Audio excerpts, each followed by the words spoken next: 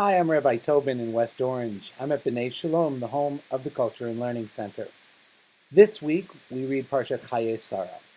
Chayei-Sara is strangely named because it says the life of Sarah, and then it talks about her death, and the story moves on to Isaac and Rebekah.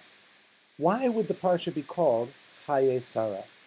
The truth of the matter is, last week's Parsha was full of all of the tension and drama of the home of Abraham and Sarah, the binding of Isaac, the tension with Hagar and Ishmael.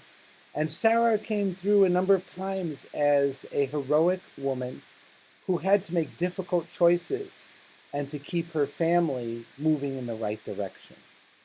So the life of Sarah actually has an impact, not as much in Sarah's own life, but as where she went from there, where her life, her impact, her teaching went from there. There is no story of Isaac and Rebekah without the life of Sarah. The end of last week's Parsha left us with silence. Abraham had taken Isaac for the binding on the mountain, and the Midrash filled the gap with all kinds of taunting and tempting of adversarial forces with Sarah in her mind about what could be happening and what Abraham was doing to their son. And the trauma of that time, in fact, was never overcome.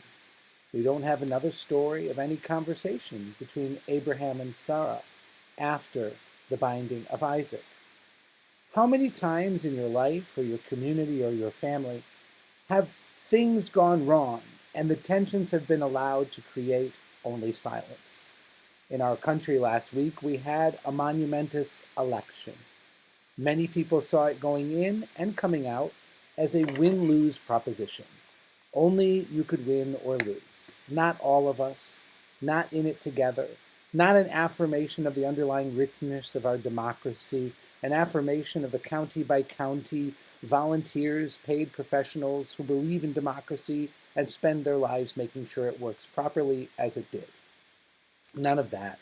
We were watching news like it was entertainment, like a car crash or a chase, like some kind of sleuthing show. Looking for corruption, looking for anger, looking for self-justification, wanting to cheer when the villain was killed. The truth of the matter is, the nation went through a bit of a trauma.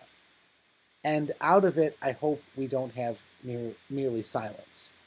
Like Sarah's life, we have to say that there's an impact of the living that we've been doing all along. The affirmation of our religion, of our families, of our synagogues, our communities, of our nations, and letting the world know that we will live because of the lives we were given. There is no Isaac and Rebekah without the union in love in Sarah's tent in this morning's Parsha, where it says they went into the tent of Sarah and Isaac was comforted for his mother. It is when we bring the love we were given by our parents into the love we share as adults that we can create the world that we hope for. Chayei-Sara, Shabbat Shalom.